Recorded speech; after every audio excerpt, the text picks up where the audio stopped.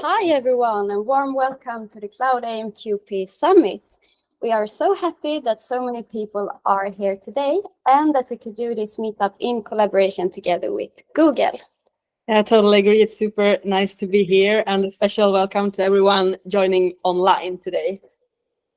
This is the first time we're doing an event like this here at Google and as well as online at the same time. But I'm super, as I said, super excited to be here with Ebba and everyone else from 84Codes and all of you. We will start with a video showing 84Codes, the company that is behind CloudAMQP. Some people love early mornings. Others snooze until noon. Some think that remote working means working from home. To us, it means freedom in both time and place. Like prioritizing those moments that go by so quickly. Be able to go where the day takes us. Or work from wherever you want.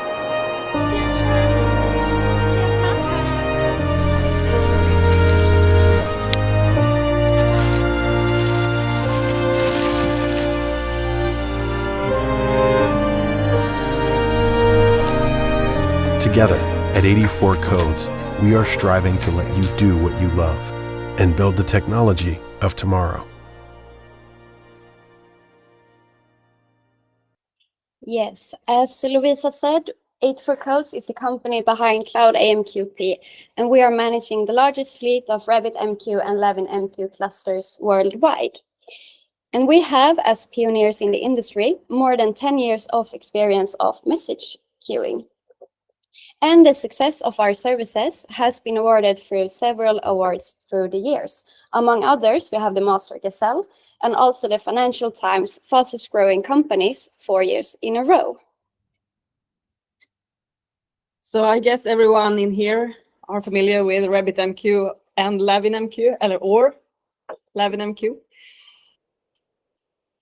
Today, we are available in multiple clouds, Google among those, of course. We are on different markets, many marketplaces, and it's also possible to just buy us through our website.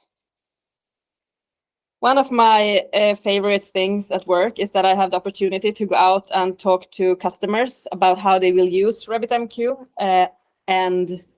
or talk about how they are using RabbitMQ in their architecture. And there are as many use cases as there are customers, but many of them have the same goal: to get a stable communication, increase the data flow in their system, or simplify efficient scaling. Today we have around 5,000 paying customers, and among these we have one of the world's largest breweries, a newspaper in the US that reaches 65 million readers a month.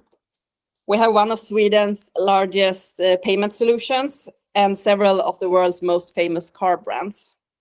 So it's crystal clear for us that we have customers in all parts of the society. We have in educational, government, retail, and so on. Me who is standing here, my name is Lovisa. I live in the north part of Sweden, where I have chickens, children, husband, and so on. Feels like I have a whole farm at home. I also like kite surfing. I like skiing. I like being outdoors. And with me today, I have my colleague, Ebba. Yes, and I am fresh out of university since 2 years ago, and I have spent the past year relocating and finally settling into Stockholm. And before I joined 84Codes, I wouldn't have called myself that much of an outdoor person, but since joining the team, I have started to enjoying the slopes more and more with my very adventurous friends here. Now I want you to close your eyes for a second, but don't fall asleep even though it's early in the morning. And then you think about the non-stop hustle of New York. Relay Delivery is a food delivery service that fits right into this situation, with cyclists navigating the streets, trying to find your door so they can deliver the food to you. At the heart of Relay Delivery, we have, of course, RabbitMQ, making sure that everything in their architecture communicates in a stable and secure way. Relay delivery is one use case that describes the importance of efficient infrastructure. And we hope that you will during today get even more inspiration, widen your knowledge about message queuing, as well as meeting some colleagues from the community. We have an exciting lineup today, as you can see. We have 4 colleagues presenting, and they will all talk about our hosted message queuing solutions. You may even recognize some of them from the video we showed you before, or maybe from our support inbox, and perhaps from some of our written blogs. We will start today with Johan, our CCO, and he will talk about scalability and performance tips. Perfect. Thank you, Ebba. Thank you, Lovisa. That was great. I am very glad to be here today, and I am also glad because I am so jet lagged from traveling from the US that yeah, I'm just happy that everything worked out. So I'm the chief customer officer at 84 Codes, and I've been doing that for 8 years. I lead the support teams and parts of the sales teams, and what we really do is try to help as many people as possible get to use RabbitMQ, LavinMQ as well as possible. And that means cramming as much performance as possible out of the machines running, or optimizing for special use case and things like that. So I've been doing this for 8 years, and pretty much all day, every day, different versions of issues and performance tunings for message brokers.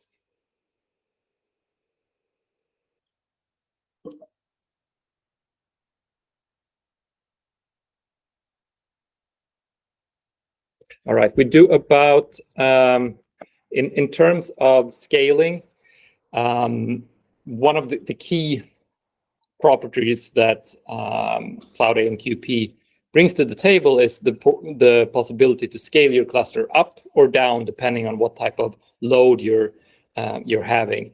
And we do about 10 of these per day, scaling operations for for various customers. Some do them more frequent than others. Some do almost daily. We have some other use cases where they know exactly, okay, this is something we're going to scale up on Thursday because Fridays we always have extra load. So today we'll talk about what can you expect in the normal case from RabbitMQ and LavinMQ. What can you do with single queues? What can you do with many queues? What can you do with Quorum queues? What can you do with streams? We'll talk a little bit about how to avoid some of the common pitfalls that people do. And then we'll talk about how this scaling works up and down.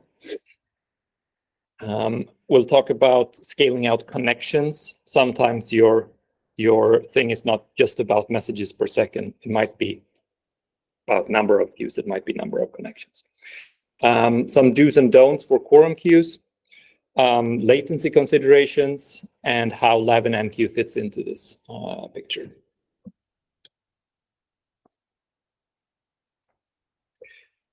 So as I said, many want to scale up and down, and we try to make it intuitive to do this and to make it as unobtrusive as possible. And maybe we do about 10 of these per day, but there's an increasing trend, like this is happening more and more. So we'll see more of it. Here's some of our plans that we have, and maybe I should talk more to the microphone. But the idea is that we should have a plan for each each use case so that there's a price point exactly where you need to be. If you're scaling vertically, then there's few different options depending on if you're on a single node cluster or if you're on a multi-node cluster. In a multi-node cluster, we will scale each instance at a time, wait for the others to be synchronized, and then be done with it. If it's a single node cluster, it's more a one-time change, and you'll expect about 1 to 5 minutes of downtime for doing that. If you are already on, let's go to the other side. If you're already on a too big plan and you want to go down, we do this in reverse. So if you're on a multi-node plan and want to go to a single node plan, or from a 5-node to a 3-node, we'll then remove nodes one by one. And if it's a multi-node going down, we'll just remove, or we'll just scale each node in sequence. And one thing that I should mention here is some of the time what you need is not more resources in terms of RAM or CPU, but what you need is more disk. And for all clouds, not all data centers, it's now possible to scale the disk without downtime. And that can be very useful if you need more disk space or more operations, or if you need more disk bandwidth. It's not possible to scale it downwards without downtime.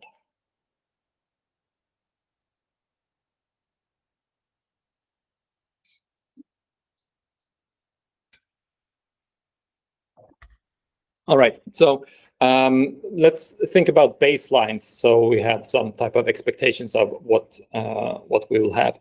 If you're doing a RabbitMQ single queue type, you're looking at about 40 to 60,000 messages per second. This is if you're dealing with small message size, like very small bytes of messages. You can, depending on the size of your instance, disable more and more flow control, and then you can reach higher speeds, like 100,000 messages per queue. And then it gets, I'll mention this a little bit later, but then it gets more important that you use publisher confirms, because that will be your flow control for that type of scenario. And if you do publisher confirms, you're looking at maybe 12,000 messages per second. And I mentioned the latency there. It's about 68 milliseconds. So it's very low latency for that type of workload. One thing that you can do in some scenarios is to not use TLS. All major clouds have a virtual private network functionality. So you're using a secure connection inside that. If you have that type of possibility, you can use AMQP without the S, so without the TLS. And that will increase your performance by around 30%. And a side note there is for LavinMQ, we do the TLS termination. So in RabbitMQ, the TLS termination is done by the Erlang virtual machine. So that's kind of optimized per core, versus in LavinMQ, it's terminated by Nginx, and then the connection is sent from Nginx to LavinMQ. And thereby we can squeeze out a little bit more performance because currently Lavin is only single-threaded, so the other cores can do some work with the TLS. Then I wanted to bring up some settings that don't really matter for performance today. So there's a setting Q index segment entry count and a corresponding one for the latest Q index implementation in RabbitMQ. And what this says is how many segments can I put into a file before I roll over and create a new file. And one might think, as I did when I was experimenting with this, was like, okay, for a fast throughput case where I only write and write and write and write, then I'm going to save some work by having a very big Q index segment count, because then I don't need to roll over the files as often. Turns out that the only thing, it didn't change the speed at all. What it did change is that you use the disk a little bit less efficiently, so you leave more bytes in these files. So that was a better way here is to think about flow control. So in RabbitMQ, there is a mechanism to, especially for AMQP 091, there is a mechanism to sort of offload some of the work from the broker in the perfect environment, and tell the publishers in a nice way that, hey, I can't take more traffic currently. Send a little bit slower. And this can happen at the queue level, at the channel level, or at the connection level. And if you've seen this, you've seen it in the RabbitMQ management interface, most likely, where it will pop up a yellow thing and it says flow. Okay. What happens then is, okay, I will be throttled, or my publishers will be throttled. And some of the way to avoid this is to separate out as much as possible. So instead of putting many channels into a connection, keep one connection, one channel, one connection, one channel, etc. Because then you'll have a easier way to see exactly what is doing the flow control. Here's a trade-off, because what you're doing is that you're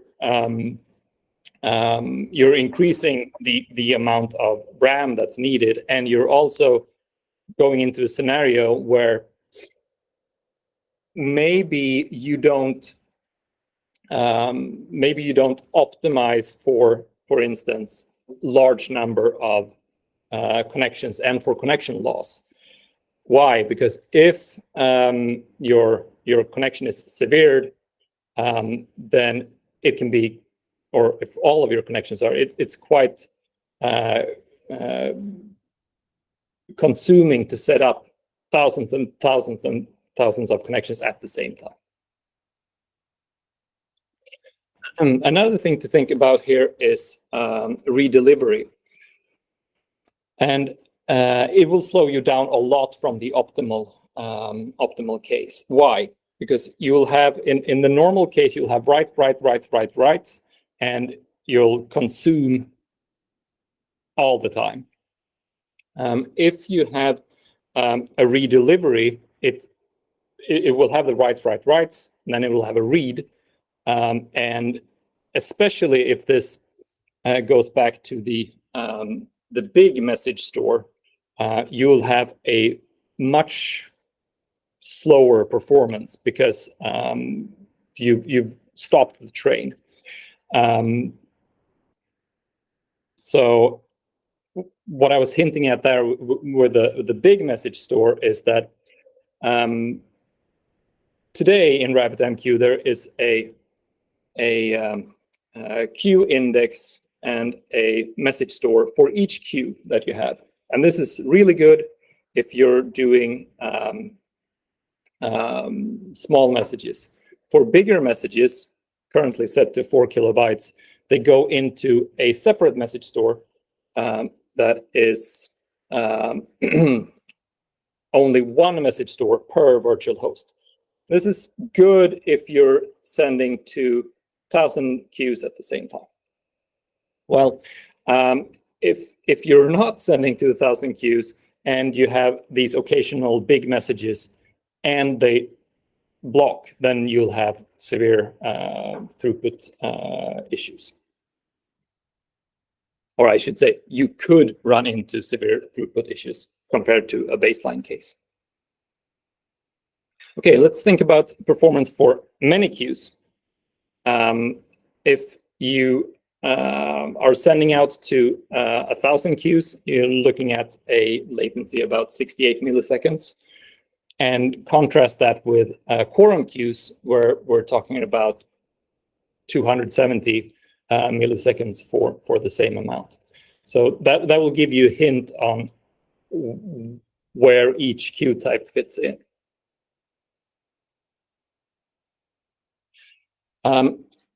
For this massive type of fan-out work, there is, as they say in the commercial, there is a better way. And that is to use the new, relatively new queue type, a stream queue type, where you can, instead of writing this out to 1,000 files in the worst case, you write it to one place and then have 1,000 consumers parse it at their own speed.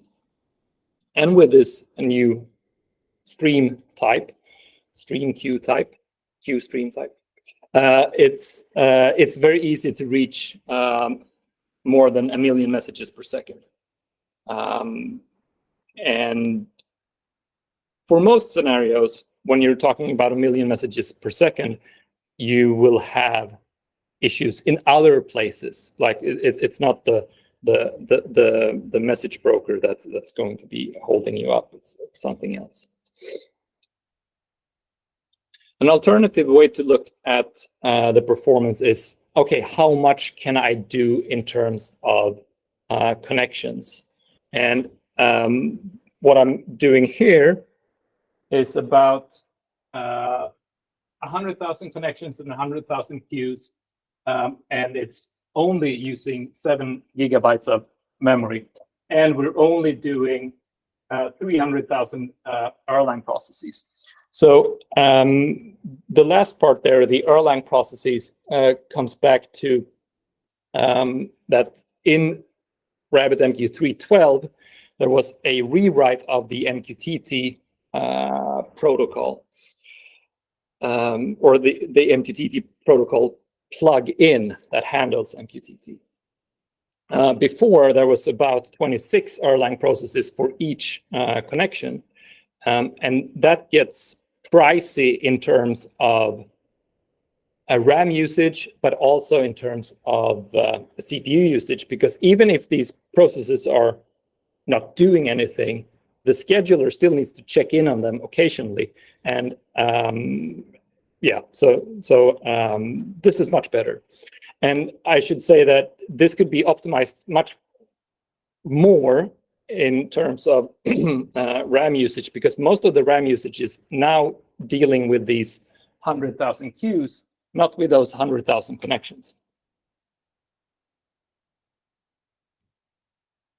And I'll touch on exactly that in a second. So this is a customer's server. You can see it's on a pretty small instance type. I think the amount of RAM is a total of 2 gigabytes. So this is what they had before there. The left-hand side of the graph is the what they were doing before the upgrade, and then the right-hand side is what they were doing after the upgrade.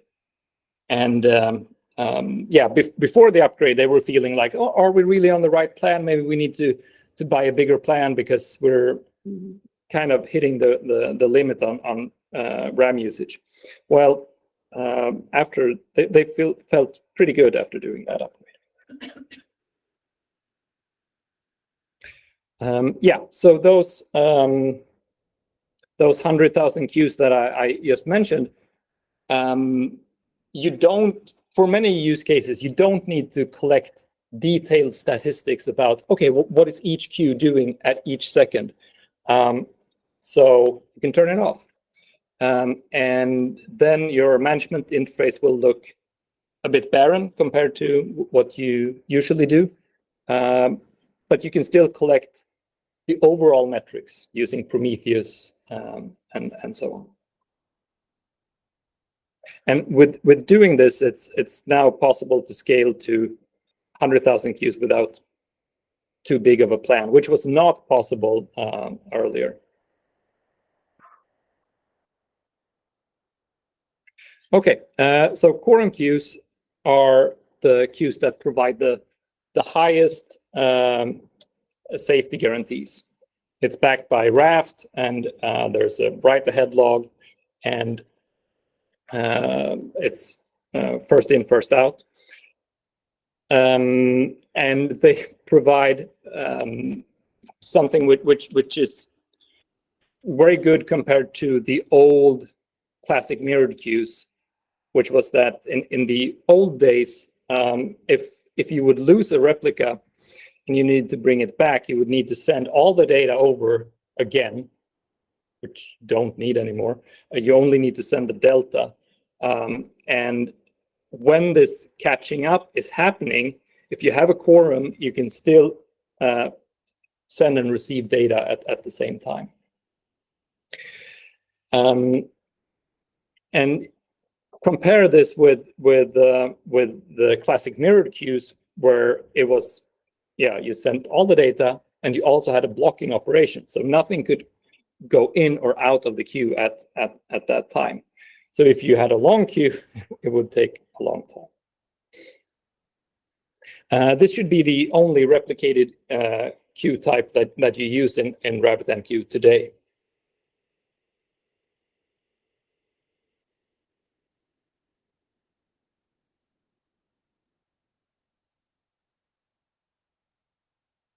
Okay, but you also need to think about the trade-offs here, because since everything is going into a write-ahead log and then going onto disk, and this write-ahead log is kept in memory, you will see a higher memory usage. Not only each queue will use more memory, but also messages in the queues. So long queues will be costly. And they're not suitable for fan-out type applications where you're sending to many thousands of queues, because there will be some bright amplification which will slow you down. And there you can use, in Quorum queues, you can use something called poison message handling. So if you have a message that has been redelivered many times, you can drop it into a dead letter queue, and that queue could, for instance, be a classic queue. A relatively common thing that we see is that there is no, like, the user hasn't set up poison message handling, and you're resending the message back and forth, and that will fill up the disk. Even though it's only one message, there will be a copy of it in the log, and that won't be cleared out until the message is removed from the queue.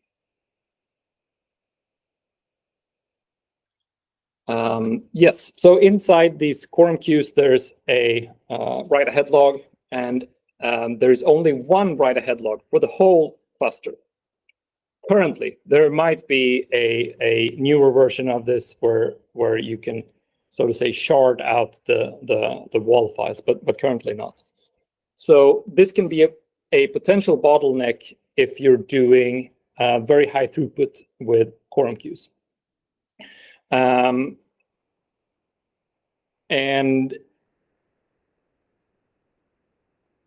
if we look in practice, we're looking at maybe 40,000 messages to Quorum queues. In a traditional queue, you would, or with traditional queues, you would have these 40 to 60,000 per queue, but here you're looking at 40,000 messages per second total, and then you have to split that up. So if you have one that's doing 10,000 messages per second, and then another one that's doing another 10, yeah, you can then fit 4 of those in that case. Okay, so how does LavinMQ fit into this picture? It's a very high throughput broker, which is very easy to scale to more than 100,000 messages per second. It only talks one protocol currently, which is AMQP 091. It compiles down to single binary. There's no Erlang virtual machine keeping track of processes. We've designed it to be reliable, low memory requirement, and currently only a single node implementation.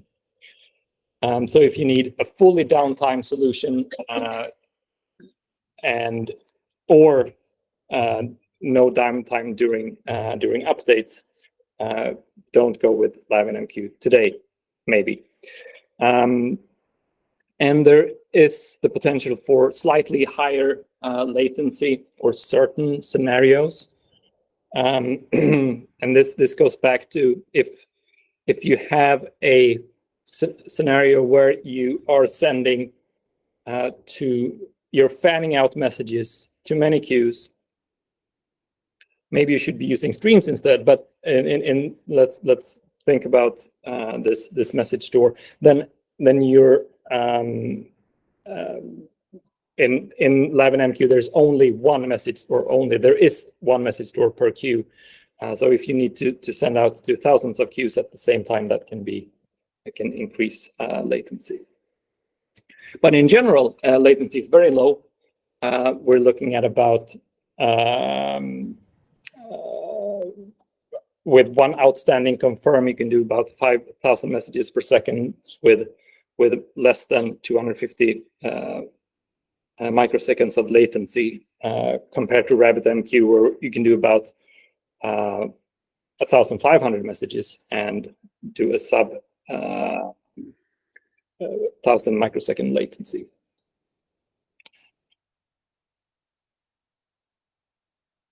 Okay, let's think about what you can do to prepare for, or what you shouldn't do if you want to be able to scale your workloads.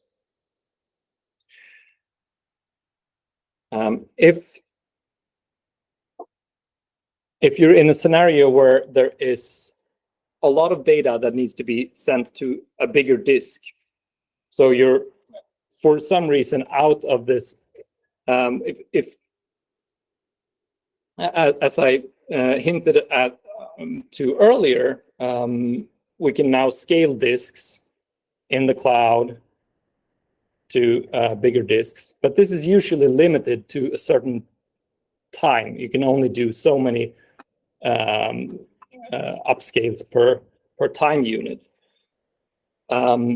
So there it might be useful to do to go big or go home. Do a big enough disk that it will cover your scaling use case, and try to do this before the big event, and do it in such a way that it doesn't block the operation. So this means don't use the mirrored queues to do it. Instead, use Quorum queues or use a classic queue on a different node, so that your work can continue during the scaling event. And here it's really good to check in with the CloudAMQP support before you do this, because we've run into a lot of issues where someone realizes this after the fact. So they're in a state where they are degraded. They need to scale up, and if there's already contention, if there's already issues with the cluster, then it gets much tougher. So check in with us. We've done it for 10 years and want to help you. Another common beginner mistake is to think that adding nodes will give me more performance. That's not true unless you are thinking about performance in terms of connections that you can handle. So if you only want to be able to handle more connections, yes, you can add more nodes. But most of the time, people are wanting to send more messages, and then if you just add nodes, it's not going to help. Unless, and Magnus will dive into this a little bit later with stream queues, there you have the possibility to scale up by scaling out. And this goes then back to picking the right queue type for the work that you will be scaling. And for most people, this usually means that you have a few Quorum queues that are working hard, staying short.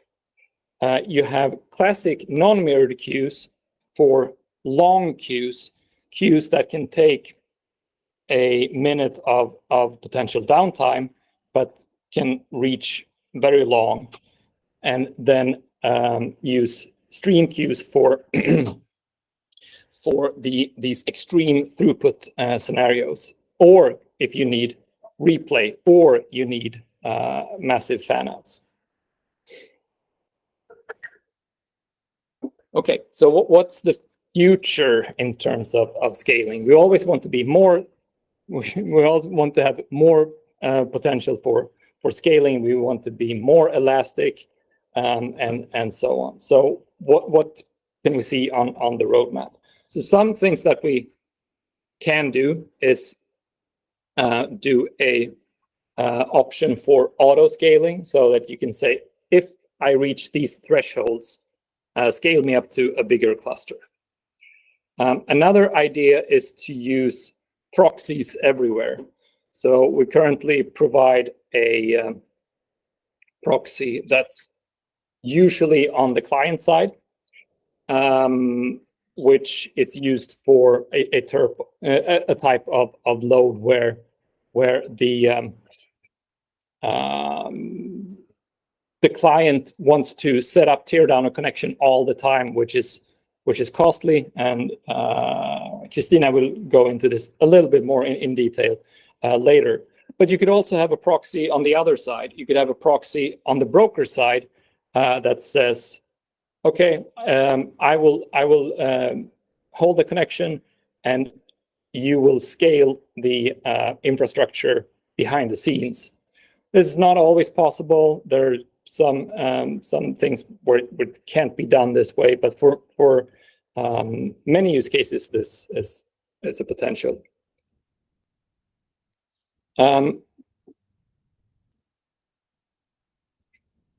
Okay, let's think about some additional things that we can do. The first one is which client are you using?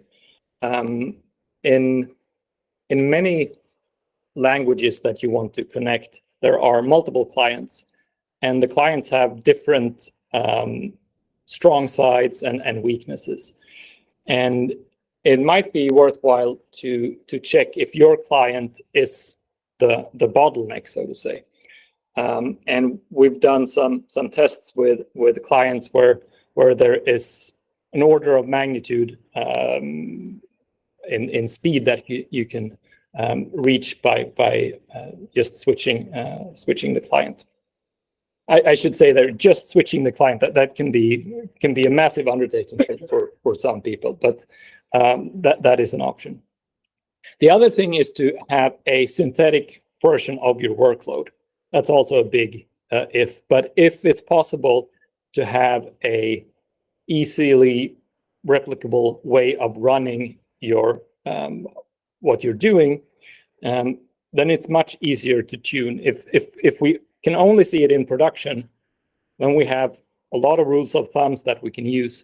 But if you have a version that we can run, rerun, we have many more tweaks that we can do. Good. Thank you very much. I will open up for some questions.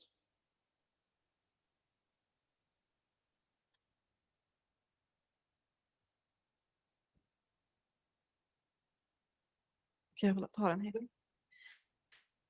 said that large fanouts can be used for streams, but I wonder what's the main benefits of using a fanout exchange instead of a topic exchange and/or stream queues?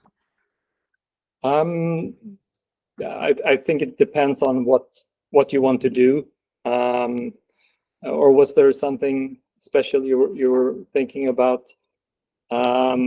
Usually, I like the topic exchange because it's much more versatile, whereas the fan out is a little bit more set. At least in my mind, that's more set in stone. Okay, thank you.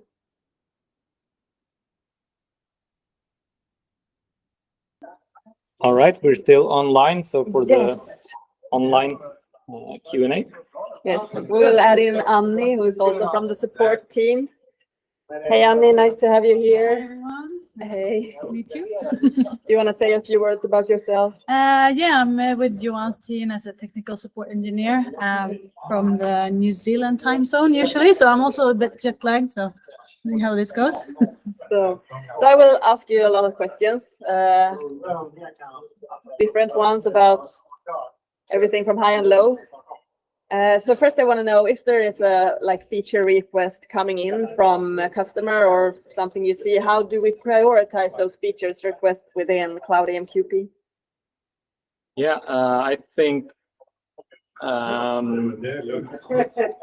one thing that we do very well is triangulate, how well does this feature request fit with other ones? Are there many ones that wants to do the same thing? Okay, then it gets a high prioritization. Is it something that's already on our roadmap?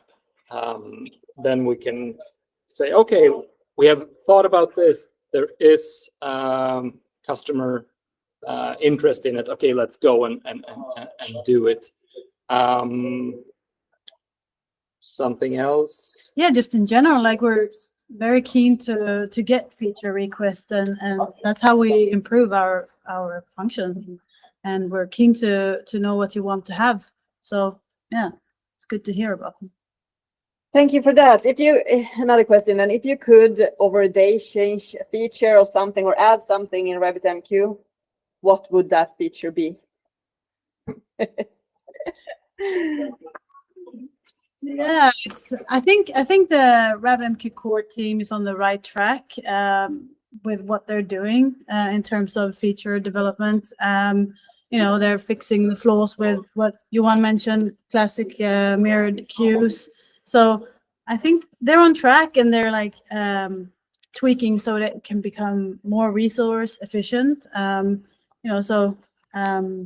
Just keen to see what they're doing already. Yeah, it's really interesting to follow them.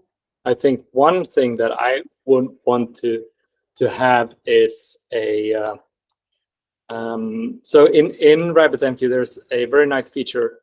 There's an observer where you can see some stats about your classic queues, about your Quorum queues, but there is no such feature currently for streams queues. So that's something we're thinking about. Maybe we should contribute that. Yeah, that's a good one.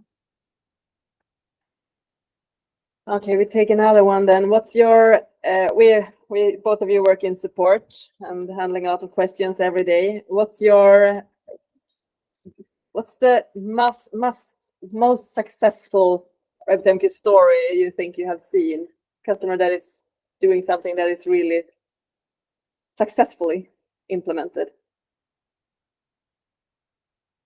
Yeah, and there's there It are could also many. be a memory from when you are in support and you did something amazing.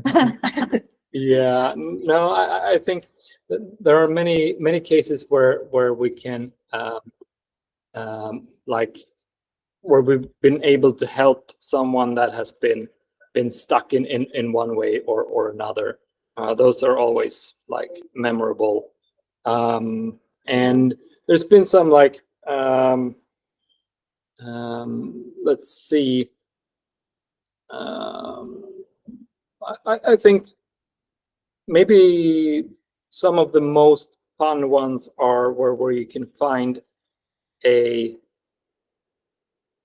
thing that the customer is doing wrong, and they implement it, and they can then scale down to a smaller plan because they save money and they get a better workload. But how do you find those cases where you think now they can scale down? Yeah, maybe they're using transactions instead of publisher confirms, or they're using they have too many consumers on a queue, or they're using a too big of a prefetch. Some of those things. So sometimes, customers don't know that they're using it incorrectly. So they just need a little hint or something like, can you tweak this in your client? And you will see memory drop to half of the usage. And it's so satisfactory to see resources drop like that. Yeah. Okay, thank you for those answers. We know that RabbitMQ version 4.0 is hopefully just around the corner. Is there some features you would like to highlight that are coming, or something you want to say about the new version that you think will help RabbitMQ in the right direction? Yeah, there's two big ones. One that I think both me and Annie are looking forward to is the AMQP 1.0, where it will be more native. Will it be the standard protocol of RabbitMQ, or will it still be 0.9.1? No, it will be more of a first-class citizen, so it will have the same status as the others. Okay. But I guess the other big one is.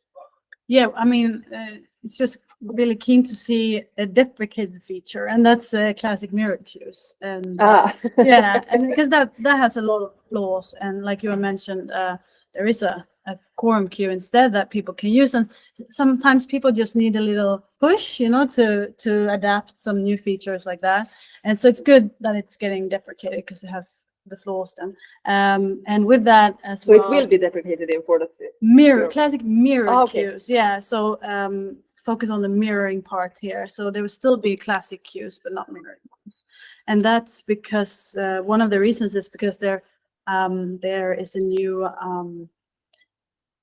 what do we call message store type, and it's called Kepri, and that will hopefully be improve a lot of things and make replication way smoother and more reliable. And yeah, Kepri is probably together with AMQP 1.0, or maybe might be the biggest. Okay. And you can already try it out now. It's an experimental feature in RabbitMQ 3.13. Soon for us as well in CloudAMQP. But yeah, I wouldn't go production with Kepri yet. Okay, thank you. We have a question online here. Is there a max retention time for streams?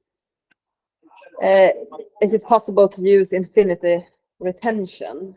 Good question. I think it is, and you just have to maybe not recommend though. Well, I mean, it's fine if you have other ways of taking care of it, like you delete it or something. Okay. We move on. What's the coolest feature or hidden gem you can find in CloudAMQP, in your opinion, or something that you think more customers should use? I really like the copy instance feature. So when you create an instance with CloudAMQP, we have this copy feature, and you can copy one of your current instances and have a copy of that up and running within minutes. So if you're in a bad state in your production, for example, it's very easy to have a running instance up and running fast. I really like that one. Yeah, and associated with that is that the definitions are backed up. Queues, exchanges, yeah. And you can then download them and spin up a new instance with a copy instance type. That's a very good one. I think like the alarms is like the really a really good feature.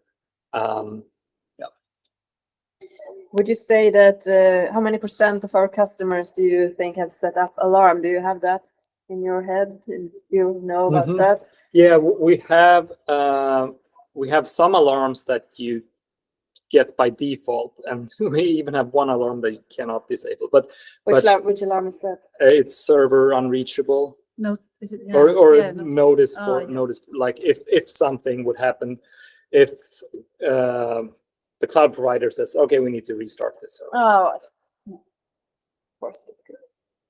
In your talk, Johan, you said it's not many use cases that require more than 40,000 messages a second or something like that. Yeah. Could you give one example of a use case where someone is sending more than 40,000 messages per second?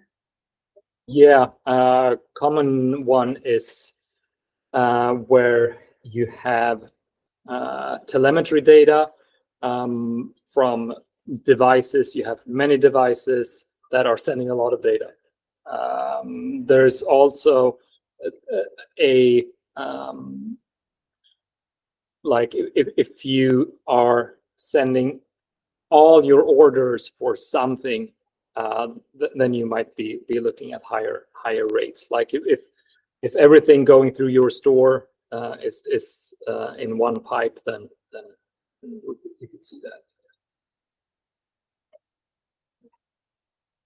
I think we should take a break now, maybe. If we don't have any more questions from you online, else we go out and take a coffee. There is someone here raising a hand. Yeah, it's me. Hey. Hey. Yeah, hi. Thank you. Yeah, I was asking about max retention, and if no one else have any other questions, maybe I can ask some more questions regarding that. Yeah, of course. Feel free. Yeah, because what I'm thinking of is if it would be possible to to store messages a very long time and essentially use it for like more like a backup, so that you can stream. I saw that streams have support for filters as well, which is very interesting, I think. But yeah, to be able to store it for a very long time, like for years, maybe. And so I don't know if it's only the disk that is the problem. Then I think it's that's probably manageable. I assume you can scale up the disk. But if there is something else that could potentially be a problem, are you aware of such a problem, or is that like is that feasible, or is it a bad idea? I think that's feasible. What do you think, Mange? We can join in Mange. He's he will be do the next talk about streams, so he will be the perfect one to answer this question. Yeah. It's going around and around. Yeah. So the next talk will be more about Kafka streams. The same question that you asked also applies for Apache Kafka, since they are similar technologies that you can store, in theory, infinite amount of data in a topic. And we have gotten a lot of those questions, and most of the time when you start digging into what type of data you want to store, there are better solutions. For example, write it to S3, or if you have more structured data stored in a database. But yes, in theory, you can store, and there's nothing in RabbitMQ that limiting you, and there's nothing on the server as well. So as long as you have the disk, you can store it. One thing that I can't answer, and I haven't tested out, is if you have 10-year data for 10 years back, which could be maybe, I don't know, say 10 million messages, 100 million messages. When you restart your broker or even upgrade it, if something changed in the message store or something like that, what will happen?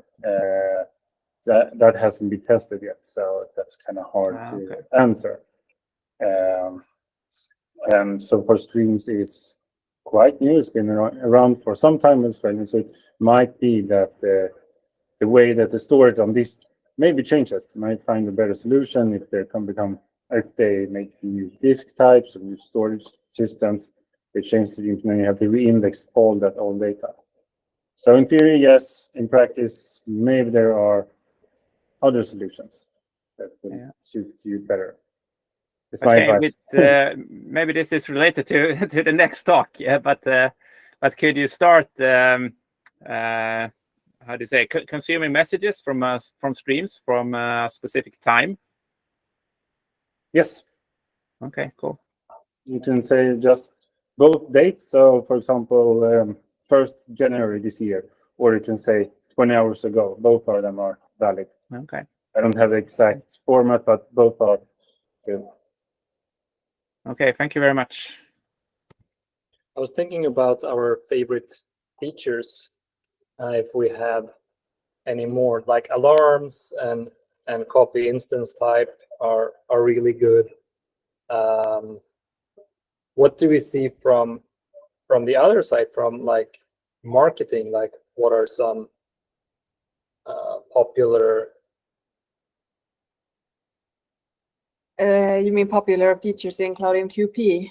I would say, from a marketing perspective, I would say that our documentation is really good. And it's a great way to get started with both RabbitMQ and LavinMQ, and we will help you get started, and the support team will hold your hand through the whole journey. And I think that's pretty unique. And we're also really good in support. We can answer questions directly. We are humans sitting behind everything, so we can really dig into the servers and have a look. So if you have an urgent question, we are really fast at replying.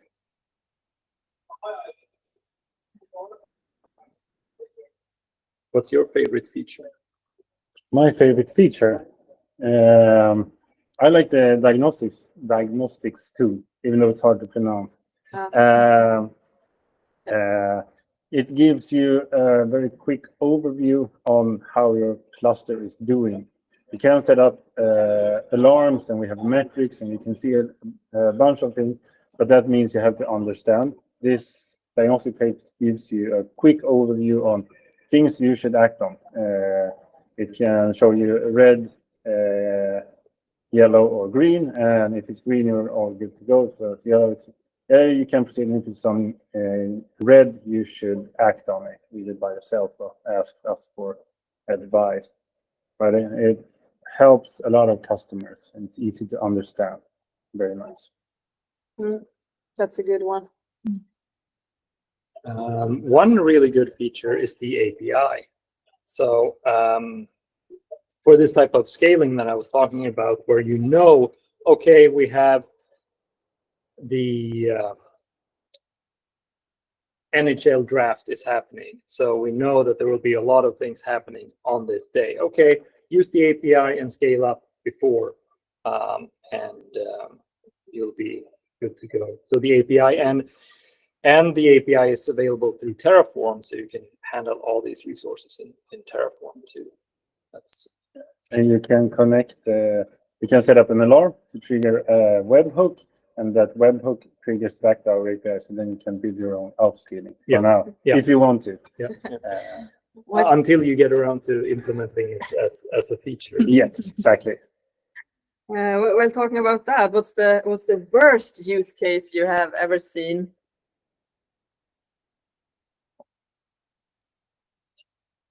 What's the worst use case you have ever seen?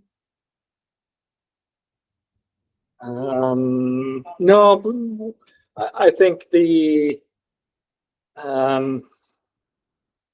so one of the reasons why we developed the proxy is that it's very intensive setting up and tearing down a AMQP 091 connection back and forth.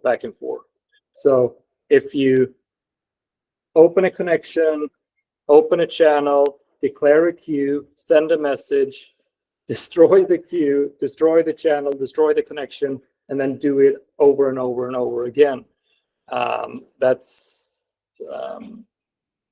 And yeah, so use the proxy in that case. But that's like I guess the other one which we should think about is there's like an old method, or I don't know if I should call it old, but there's a method called get, and you can use the get method to get a message, whereas you should subscribe, but consume, but the get method is still there, and you do this get all the time, and thereby using much more resources than is actually needed. So I'm kind of thinking about how to avoid that. Do you think there is a plan to deprecate get, or do you think there is a good reason for someone to use it? I mean, I think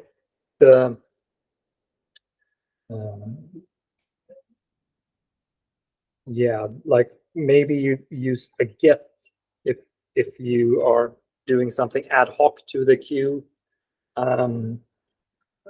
But I don't know if it's possible to remove or make it so that it's, yeah. Have you ever seen someone using a message queue like a database in some way? Yeah. So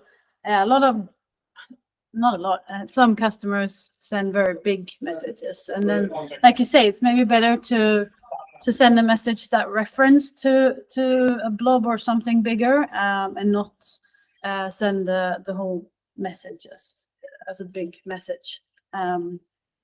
Yeah. Okay. We have another question. Yeah, can we speak Swedish when contacting support? Is it better to use English? I let you from support answer that. Yeah, it's better to use English because we have support teams in 4 time zones now: Japan, European time zone, US, and New Zealand. And yeah, you have a much higher chance of getting a good reply if you use English. If you're really stressed and super angry on something, start with Swedish and then switch to English.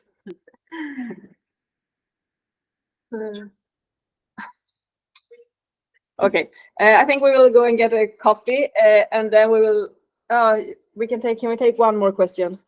Yes. Okay, please. Yeah, I have one question.